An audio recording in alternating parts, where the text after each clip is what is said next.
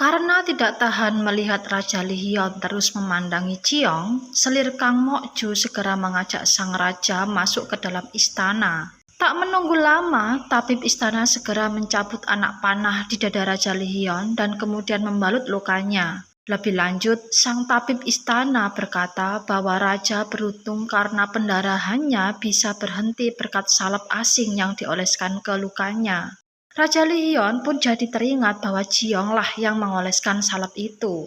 Sementara itu, diam-diam selir Mokju menyembunyikan potongan anak panah ke dalam balik bajunya. Dia pun kemudian memerintahkan sang tabib agar merahasiakan luka yang didapat raja ini dari pihak manapun. Selir Kang Mokju bertanya pada raja apakah Queen Yo yang dibawanya itu akan ditempatkan di Byolgung, bilik calon selir raja. Mendengar pertanyaan ini, Raja Lihion tersenyum sinis kemudian menjawab bahwa dia akan menempatkan Queen Yo-nya di tempat yang sangat istimewa. Di manakah itu? Ciong benar-benar tidak menyangka bahwa tempat khusus yang dimaksud sang raja adalah penjara kecil di dalam istananya. Iya guys, Ciong lagi-lagi dimasukkan penjara tentunya bersama dengan Gilgem. Selir Kang Mokju terlihat sangat kesal begitu dia keluar dari ruangan sang raja. Dia sangat yakin kali ini Raja Lihion sedang tergila-gila dengan Queen Yo yang dibawanya. Oleh karenanya, dia segera memanggil kepala sekretaris istana, Song Jai, ke ruangannya. Selir Mokju bertanya pada sekretaris Song Jai kenapa Mi Hyong tidak dijadikan Chai Hong sesuai dengan perintahnya. Kenapa malah Queen Yo yang tidak jelas asal-usulnya yang dibawa ke istana? Song Jai menjawab bahwa itu semua adalah kemauan raja.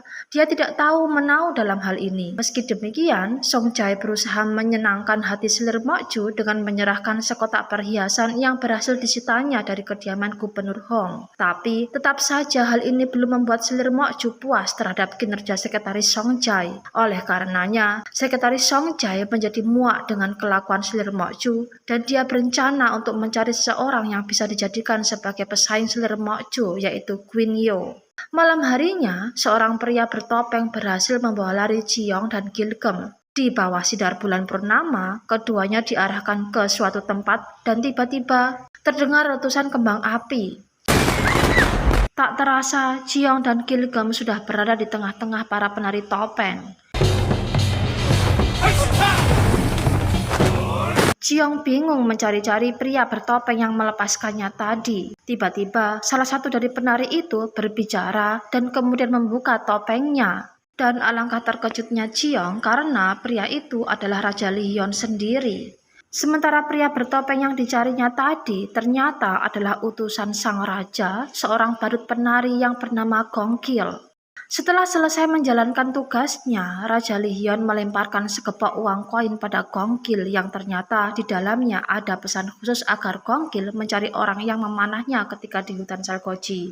Lalu apa sebenarnya tujuan Raja Lihion mengeluarkan Ciong dari penjara? Ternyata Raja Lihion ingin Ciong berjanji padanya bahwa dia tidak akan melarikan diri darinya lagi. Setelahnya, sang raja meminta Ciong untuk membuatkan makanan untuknya. Melihat kedatangan Ciong dan Gilgem di dapur istana, koki-koki lama istana yang diantaranya adalah Koki Om Boksik, koki yang paling senior yang juga kaki tangan Ibu Suri, Koki Maeng, koki tangan selir Kang Mokju, Koki Sim, asisten Koki Om, dan Koki Min, asisten Koki Maeng terlihat tidak suka dengan kedatangan keduanya.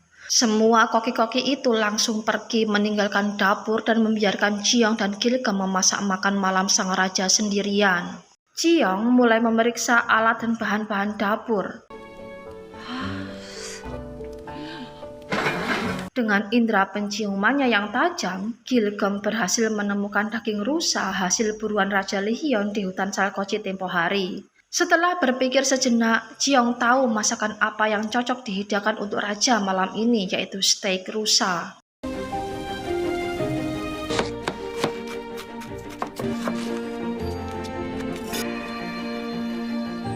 Kabar Queen Yo diperintahkan untuk memasak di dapur istana sampai juga di telinga Ibu Suri dan juga selir Kang Mokju. Selir Mokju rasa-rasanya tidak percaya mendapat laporan dari Koki Maeng bahwa seorang wanita ditunjuk untuk memasak makanan sang raja. Dia pun segera bergegas menuju kediaman sang raja. Ciong sudah berganti pakaian dan kini bersiap untuk menyajikan makanannya di hadapan sang raja. Begitu pintu ruangan sang raja dibuka, sesaat Jiong terpana dengan tubuh atletis Raja Lee Hyun yang memang pada saat itu dia tidak mengancingkan baju bagian atasnya. Jiong duduk di samping sang raja dan mulai menjelaskan hidangan apa saja yang dibawanya. Pertama, hors de vivre, yaitu semacam hidangan daging cincang mentah yang berfungsi untuk membangkitkan selera makan. 식욕을 돋구는 거죠. Raja Lee Hyun memakan hidangan pertamanya. Dan lagi-lagi dia merasakan sesuatu yang berbeda. Hidangan yang kedua adalah potash, yaitu sejenis bubur susu kental yang ditaburi kacang polong. Dan hidangan ketiga, menu utama yaitu steak daging rusa. Raja Lee Hyun begitu takjub dengan cara penyajian daging rusa Jiong yang dibakar di atas bara. Dan ketika dia meminta Jiong mencicipi masakannya, Raja Lee Hyun teringat dengan mendiang ibunya. Oleh karenanya, kali ini Raja Lee Hyun meminta Jiong menyuapinya. Raja Lee Hyun heran bagaimana bisa Jiong tahu isi perasaannya. Jiong menjawab bahwa dia mempelajari masakan di era Yeon Hui Gun. Untuk kedua kalinya, Raja Lee Hyun mendengar kata Yeon Hui Gun dari mulut Jiong. Dia pun jadi penasaran siapa sebenarnya Yeon Hui Gun itu. Jiong jelas tidak berani menjelaskan hal yang sebenarnya pada Raja Lee Hyun karena dia khawatir sang raja bakal marah. Oleh karenanya, dia pun berpura-pura lupa. Di saat yang sama, selir Kang Mok Ju sudah berada di depan kamar Raja Lee Hyun. Dia memaksa masuk, tapi dihalang-halangi oleh Kasim kepala Chang Seon. Keributan ini pun terdengar oleh Raja Lee Hyun. Selir Mok Ju pun meminta izin untuk memasuki kamar sang raja, tapi anehnya permintaannya ini ditolak oleh Raja Lee Hyun. Dari balik pintu, samar-samar selir Mok Ju melihat Raja Lee Hyun asik bercanda tawa bersama dengan Queen Yeonnya. Dengan sangat kecewa, selir Mok Ju meninggalkan kediaman Raja Lee Hyun. Setelah keluar dari kediaman raja, Jiong dicegat oleh sekretaris Song Jae. Sekretaris Song Jae menawarkan kerjasama dengan Jiong. Awalnya Jiong menolak, tapi setelah dipikir-pikir, perkataan sekretaris Song Jae yang menyatakan bahwa dia bakal diserang terus oleh selir Mok Ju ada benarnya. Jiong bersedia bekerja sama dengan syarat sekretaris Song Jae harus bisa menemukan tasnya yang terjatuh di jurang yang ada di hutan Salgoji. Di dapur istana, ketika kondisi sedang sepi, diam-diam Koki Maeng mencicipi masakan Jiong, dan seperti yang lainnya, Koki Maeng juga terhipnotis dengan masakan Jiong. Karena merasa tersaingi oleh seorang koki wanita, Koki Maeng tidak terima. Dengan sengaja, dia taruh ular, kecoa di area dapur dengan maksud supaya Jiong tidak kerasan di dapur istana. Tapi untungnya, Gilgem dengan entengnya menyingkirkan hewan-hewan itu. Karena saking capeknya, Jiong dan Gilgem memilih kembali ke penjara dan memasang sendiri borgol di leher dan tangan mereka, berharap mereka bisa beristirahat dengan tenang. Keesokan harinya, Raja Lee Hyun mendapat kabar dari sekretaris Song Jae bahwa para menteri berkumpul di aula istana untuk memprotes kebijakan raja. Raja Lee Hyun bergegas menuju aula istana dan kemudian mendengar keluh kesah para menterinya yang salah satunya meminta raja agar menghukum mati Jiong karena berani menghina sang raja. Karena tekanan yang makin keras, Raja Lee Hyun memerintahkan agar Jiong dibawa ke hadapannya. Jiong pun diseret ke hadapan sang raja.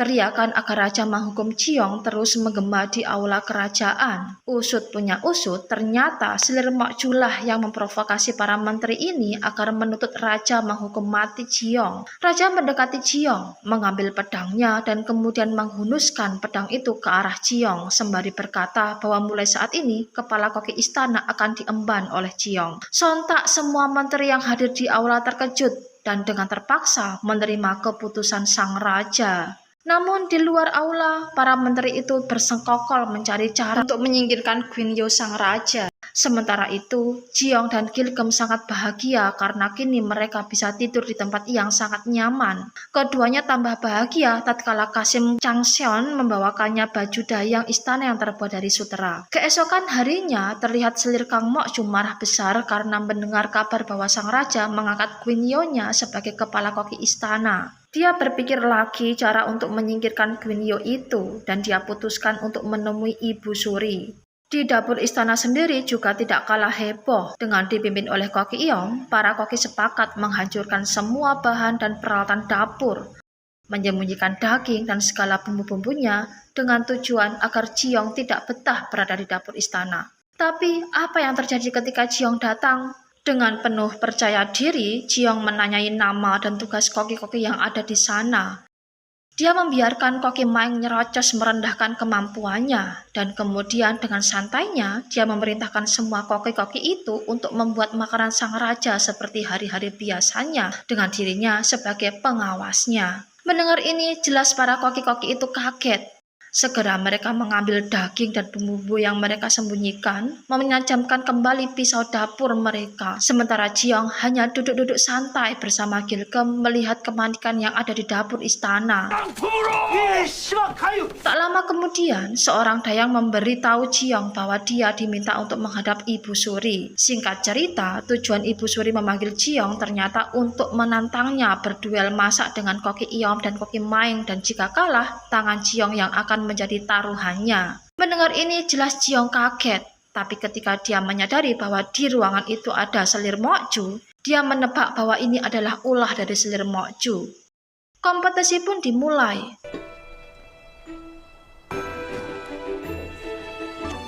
Sementara itu, sang raja mendapat kabar bahwa koki kesayangannya ditantang Ibu Suri berduel masak dengan koki-koki lama. Segera sang raja pergi menuju lokasi duel masak.